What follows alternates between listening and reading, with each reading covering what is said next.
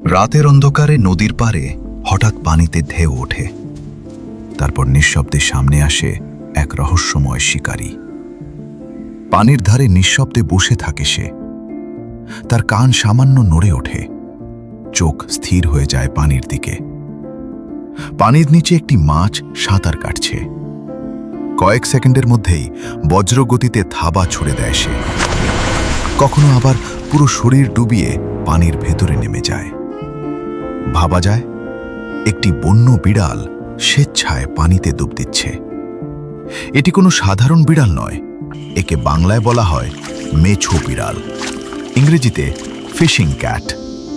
বৈজ্ঞানিক নাম প্রিওনাইলুরাস ভিভেরেন। এমন এক বন্য বিড়াল যে পানিতে ডুব দিয়ে মাছ শিকার করতে পারে। বাংলাদেশের সুন্দরবন, হাওর ও জলাভূমি এলাকায় এদের দেখা যায়।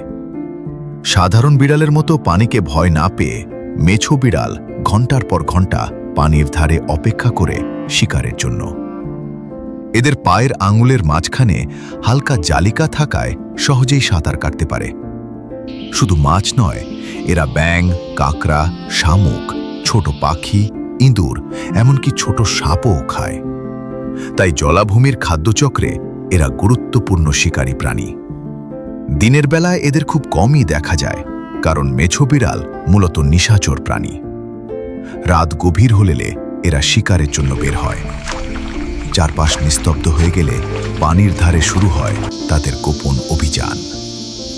অন্ধকারে এদের চোখ জ্বলজ্বল করে ওঠে। সামান্য শব্দ এদের কান এড়ায় না।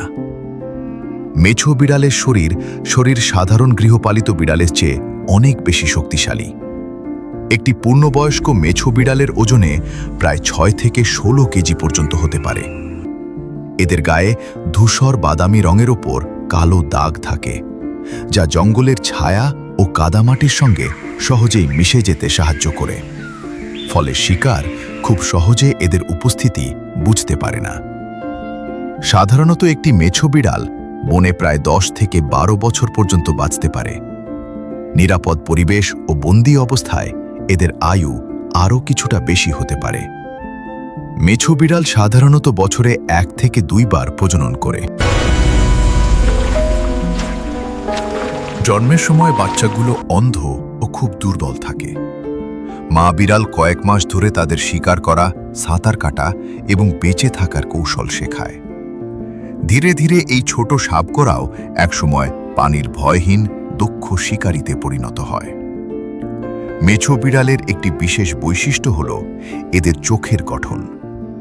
রাতে এদের দৃষ্টি সাধারণ বিড়ালের চেয়েও অনেক বেশি শক্তিশালী। অন্ধকার পানিতেও খুব সহজে নড়াচড়া শনাক্ত করতে পারে। এদের শরীর তুলনামূলকভাবে ভারী এবং শক্তিশালী, যার কারণে পানিতে ডুবে থাকলেও সহজে ভেসে ওঠে না। এই কারণেই এরা পানির নিচে স্থির থেকে শিকার ধরতে পারে। একটি পূর্ণবয়স্ক মেছো বিড়াল সাধারণত একাকী জীবনযাপন করে। এরা নিজের এলাকা নির্ধারণ করে এবং অন্য মেছো বিড়ালকে সেই সীমার মধ্যে ঢুকতে দেয় না। এদের যোগাযোগের জন্য বিভিন্ন ধরনের শব্দ ও গন্ধ ব্যবহার করা হয়।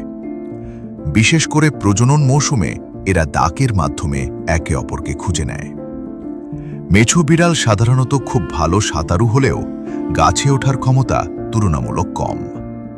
এদের প্রধান জীবন সম্পূর্ণভাবে জলাভূমি নির্ভর।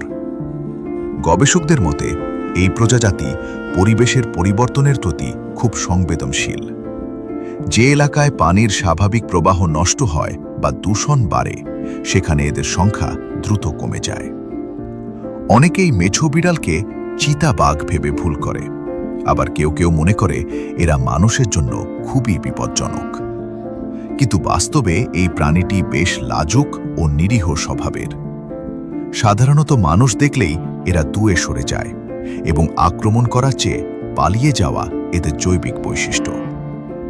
কোণঠাসা হলে বা বাচ্চা রক্ষা করতে গেলে আক্রমণাত্মক হতে পারে, কিন্তু মানুষের ওপর ইচ্ছাকৃত হামলার ঘটনা খুবই বিরল। বাংলাদেশ ছাড়াও ভারত, নেপাল, শ্রীলঙ্কা, থাইল্যান্ড ও দক্ষিণ পূর্ব এশিয়ার কিছু এলাকায় মেছো বিড়ালের দেখা মেলে। তবে সবচেয়ে বেশি বাস করে জলাভূমি, ম্যানগ্রোভ বন, নদীর পাড় ও কাদাময় অঞ্চলে। সুন্দরবনের গভীর খাল ও নদীর তীর এদের জন্য আদর্শ আবাসস্থল। দুঃখের বিষয় হল, জলাভূমি ধ্বংস ও শিকারের কারণে এই বিরল প্রাণী আজ বিলুপ্তির ঝুঁকিতে রয়েছে। তবুও রাত নামলে এখনও নিঃশব্দে পানির ধারে ঘুরে বেড়ায় এই রহস্যময় পানিপ্রেমী বন্য বিড়াল। প্রকৃতির এই দুর্দান্ত শিকারীকে খুব কম মানুষই কাছ থেকে দেখেছে। তবুও শত বছর ধরে সুন্দরবনের নদী ও বাংলাদেশের জলাভূমিতে নীরবে টিকে আছে এই প্রাণী। হয়তো আজ রাতেও কোনো নির্জন নদীর ধারে চাঁদের আলো আর অন্ধকারের মাঝে নিঃশব্দে শিকারের অপেক্ষায় বসে আছে একটি মেছো বিড়াল।